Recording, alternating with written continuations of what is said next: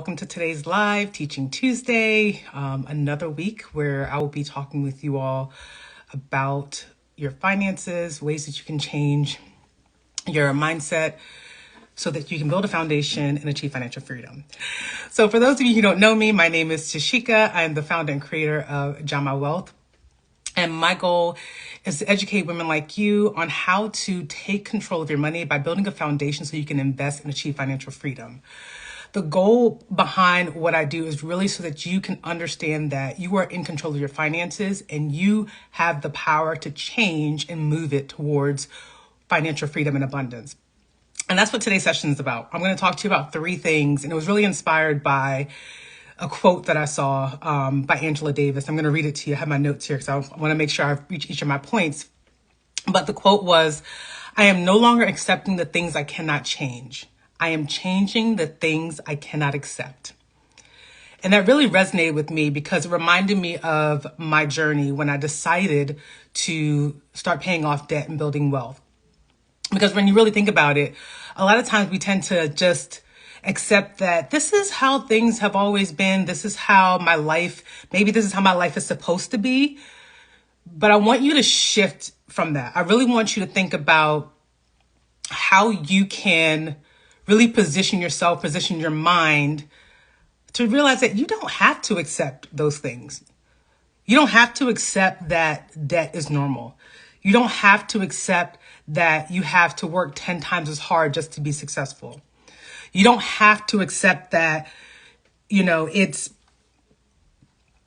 have to accept that your life can't change and you can't achieve financial freedom. Like, it is within you. You have the power to make those changes, right? It's all about being mindful, understanding where you are, understanding your finances, being able to be head on, like really just facing the truth of what's actually happening with your finances.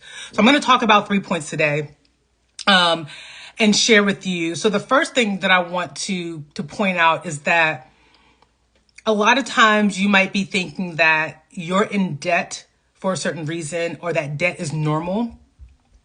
But I want you to really think about that. It doesn't have to be that way. You don't have to accept debt as a normal state. Really, what you have to think about is, what is it that I really want out of my life? What is it that I desire?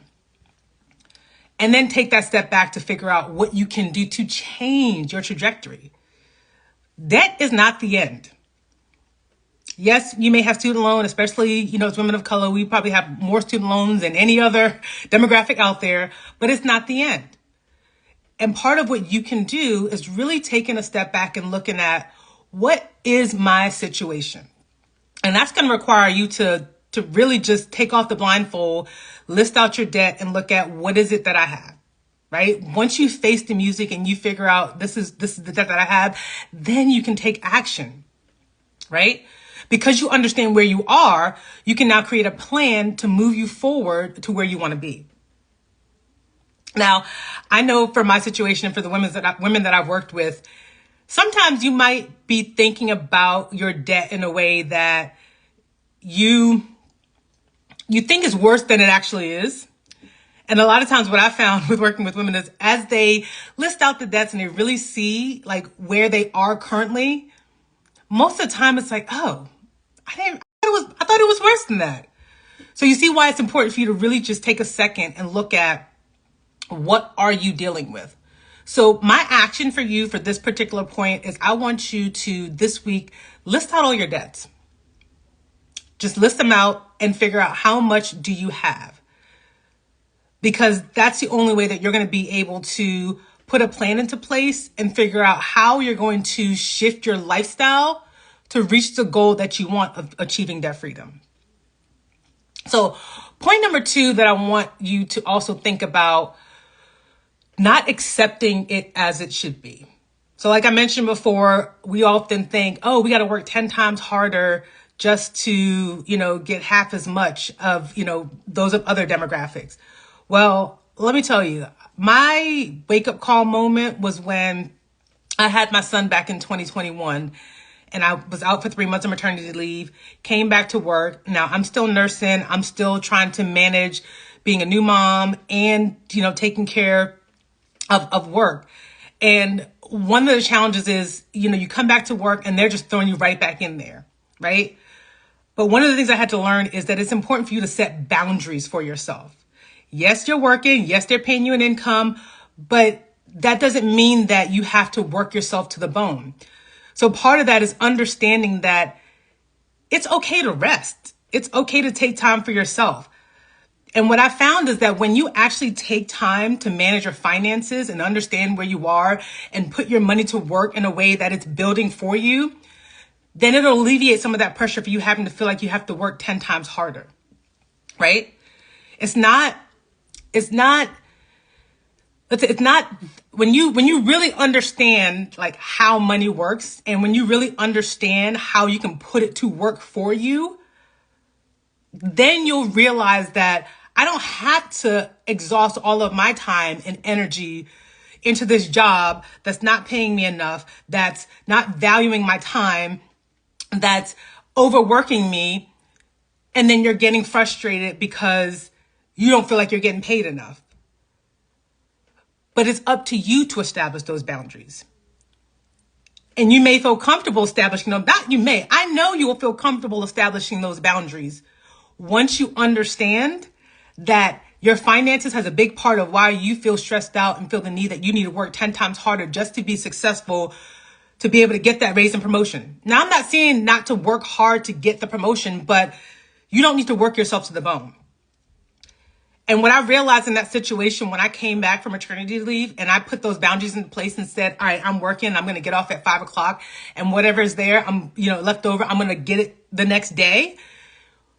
It helped me be more relaxed. It helped me understand that it's okay to put boundaries in place. And on the other side of that is that I was having my money was working for me. So I knew that if worse comes to worse, I had my freedom fund. I had my investments working for me. So I did not have to have that stress and pressure. And a lot of times you have that stress and pressure because of point number one, you have all this debt and you have all these bills and you have all these things you have to pay for. But when you realize and you get to the root of why it is that you are stressed and anxious about work and worried about losing your job, is because probably you don't have your financing in order. All you're thinking about is that debt. All you're thinking about is the fact that your bank account is constantly getting to E before you get that big thrust of cash or your paycheck for the next time. So really understand and implement boundaries to know that you don't have to work twice as hard. You can work enough to set the boundaries and create a life that is satisfying to you, and you're able to achieve your financial goals. And then the third point that I want to talk about is mindful spending, because again, kind of tying back into the debt and the work-life balance, when you are mindful of what you're spending, you're able to make sure that you are spending in alignment with your vision and your goals. If you saw the post that I made yesterday, a lot of times you're out here really just going about life with no direction because you don't know what you really want. And I always say this, what is it you really want? Not what you see on social media, not what you see from those highlight reels. Like, take all that away. What do you want? What do you really want for your life? Because that's really where you need to start to understand how are you going to change your life to get on that pathway and that track, right? I am changing the things that I cannot accept. I cannot accept that I don't know where my money's going. I can't accept that this debt is just sitting here and I don't see any movement with it. I can't accept it. And once you get to that mindset, then you're thinking, all right, I can't accept it. So what am I going to do to make sure this changes? What are you going to do to make sure it changes? What are you going to do to ensure that whatever you're doing with your spending is in alignment with your goals? Right? Because a lot of times it's that disconnect of what we really want to what we're actually doing that's going to help us get there. You have to really put those two things into sync in order to be able to achieve the goals that you want to achieve. So part of that, one of the small steps that I would say is really aligning and just making sure all the expenses that the expenses that I have, is it really something that I value? Because if it's not, then that's something that has to go. That's one of the things that I looked at when I was, overseeing my finances and trying to figure out what can I do to pay off the 6 figures of debt. It was, what is truly of value to me? And if it wasn't a value, then it got cut. And that's what I tell my clients all the time, because my job is not to tell you what to cut. My job is not to tell you how to, cut back on your spending. My goal is really to help you understand what it is that you truly want for your life, and then help you create a roadmap to get there. Because like I said, a lot of times the disconnect between what you truly want and where you are right now is that you don't know what you want. So you got to get focused and figure out what it is that you want so that you can take that next step to get where you are. So my challenge for you for this week, for this point here, is really to make sure that you list out your expenses. Understand where you're actually spending your money on. And I'm going to say this. Don't just list out those bills and everything that happens every single month. That's not what we're trying to do. We want to make sure that you are actually looking at your transactions, where you're actually spending your money. Because oftentimes what I see is you list out the bills and your groceries and, all these utilities, but then you forget about the dining out. You forget about the doctor's appointments. You forget about the, miscellaneous things that may happen. You forget about the uncommon emergencies that may pop up from when your car breaks down. Like, it's real.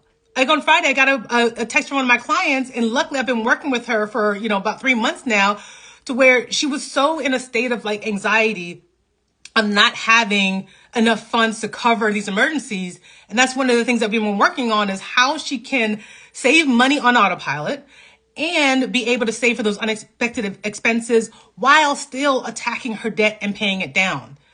And so this text was kind of like, oh my gosh, I got this, car payment, car repair bill that I just got. And it took me to really kind of, just one, empathize with her and understand, like, yes, I get where you're coming from. I see that this is frustrating. You're working towards saving up, but that's the point of this non-monthly savings. It's so that when you do have these situations right now, that car payment repair thing is just an inconvenience. While yes, it sucks. You don't want to have this car repair, but that's what we were working for.